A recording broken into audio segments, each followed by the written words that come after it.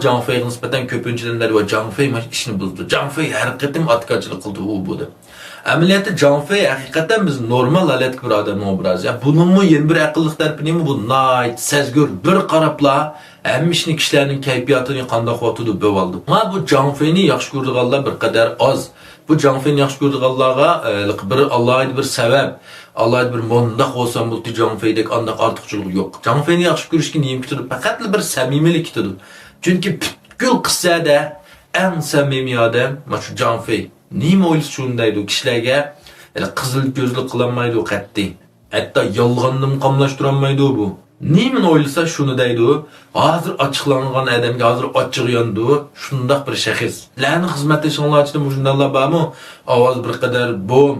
Naitlik sal qo'palroq, lekin xizmatdoshlar ortiq munosabatga nait ahamiyat berdi, qarmoq qo'palda qilgan bilan hozir senga bir qattiq qilib qo'ygan bo'lsa, yana bir qatim bevosita kechirim so'rumsimi, ya bir tamakisini qo'ygan, ya mashinasini evolgan, uni alqibak hisoblashib ketmaydi burun qishlar bilan. Chunki shunday kishilar bizning oldimizda bor ko'p, shunami?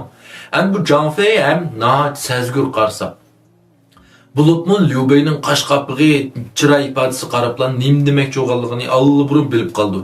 Hem şunu derhal kıldı. Mesela aldın qatım sözlügen, kâp 3 qatım ziyaretler ot koyuvatkandık vakit. Şunam onundan kimi qarsak, mesela Liu Bei bivasita açıqlanamğa vaqtda Zhang Fei bunun vakaldan açıqlanıp durdu. Liu Bei ma'lum kishini tillamoqchi bo'lib, tillash biyap vaqtda Zhang Fei chiqib buni tillapirdi. Şuna bu yerdeki Liu Bei mo yenila bunun amraqligi shu yerda. Yeni qarsak Pang Shiyuan, Pang Tonglu shu Zhang Fei bayqab qoldi. Buningni bayqab qilishmi bunun sezgurligi, aqlliqligi bilan munosabatlik. Shunami anglashib Liu Bei bayqamagan buni. Lekin bu Zhang Fei buni bayqab ekeldi. Şuna bu Zhang Fei'ninki bundaq bir kadar saddara bu muhabbet bir nait eniq bu mijaz epetqa vaqtda Zhang Fei biyatki Liu Bei emas, har qandaq birisi bilan urushqa vaqtda ya savluse ya ma'luma. Men bilan urushishdan burun hayot mamat pütüge imza qo'yib kelfuka deydigan bir shaxs.